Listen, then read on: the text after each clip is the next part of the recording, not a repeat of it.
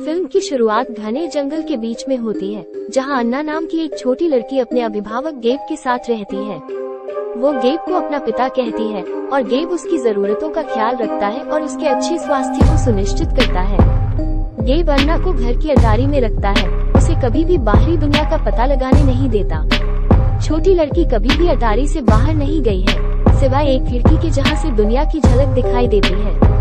लगभग हर रात गेब जंगली जानवरों के बारे में बताता है, जो नुकीले दांतों, लंबे नाखूनों और बालों वाले दिखने वाले जीवों को डराते हैं। अन्ना को उनसे दूर रहने का सुझाव देते हैं। ये विवरण अन्ना को डराते हैं, लेकिन बाहरी दुनिया के बारे में उसकी जिज्ञासा बढ़ती रहती है।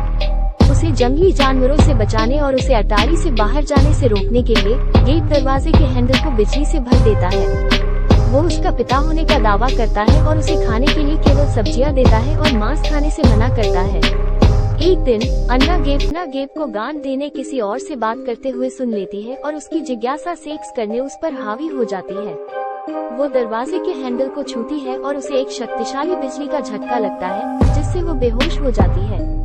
बाद में जब वो जागती है तो गेब उसके पास होता है और समझाता है कि बिजली का जाल जंगली जानवरों को बाहर रखने के लिए है। वो बताता है कि वो धरती पर बची हुई आखिरी बच्ची है और उसकी रक्षा करना उसका कर्तव्य है। एना उस व्यक्ति के बारे में पूछती है जिससे गेब बात कर रहा था, लेकिन वो विषय को बदल देता है और जोर देता है कि वे ही एकमात्र इंसान बचे हैं। एना के जन्मदिन पर गेब उसे केक और साथी के रूप में हैमस्टर देकर आश्चर्यचकित करता है। छोटा जानवर एना का सबसे करीबी दोस्त बन जाता है। हालांकि एक दिन हैमस्टर मर जाता है और गेब उसे मृत्यु की अवधारणा समझाता है। उसे आश्वस्त करता है कि हैमस्टर अब बेहतर जगह पर है। जैसे जैसे एना बड़ी होती है, उसे जंगल में जंगली जानवरों के बुरे सपने आने लगते हैं।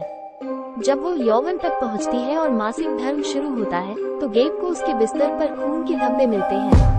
चिंतित होकर वो ल्यूप्रोलाइड देता है, एक दवा जो उसके विकास को धीमा कर देती है और समय के साथ उसके स्वास्थ्य को खराब करती है। इसे उसकी बीमारी के इलाज के रूप में छिपाती है। ये दवा सालों तक चलती है और एना को इसकी वजह से दर्द और बेचैनी महसूस होने लगती है। अब और सहन न कर पाने के कारण वो गेब से अनुरोध करती है कि वो उसे उसके हैमस्टर जैसी बेहतर जगह पर भेजकर उसके दुख को समाप्त करे। ये सुनकर गेब अपराधबोध से अभिभूत हो जाता है, क्योंकि वो छोटी लड़की को उसके जन्म से ही परेशान कर रहा है। इसलिए वो एक बंदूक निकालता है और खुद को खत्म कर लेता है।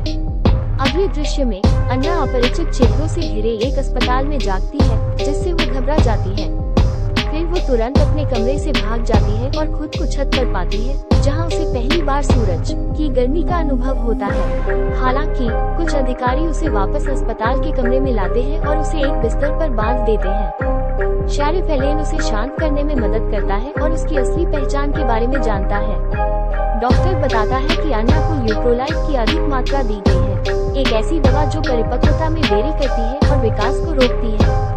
शेरिफ की यह बात सुनकर एलेन अन्ना को बंधनों से मुक्त करती है और उसे अस्थायी हिरासत में ले लेती है। उसे किसी पालक घर में भेजने के बजाय वो उसे अपने घर ले जाने का फैसला करती है, जहां वो अपने भाई रे के साथ रहती है।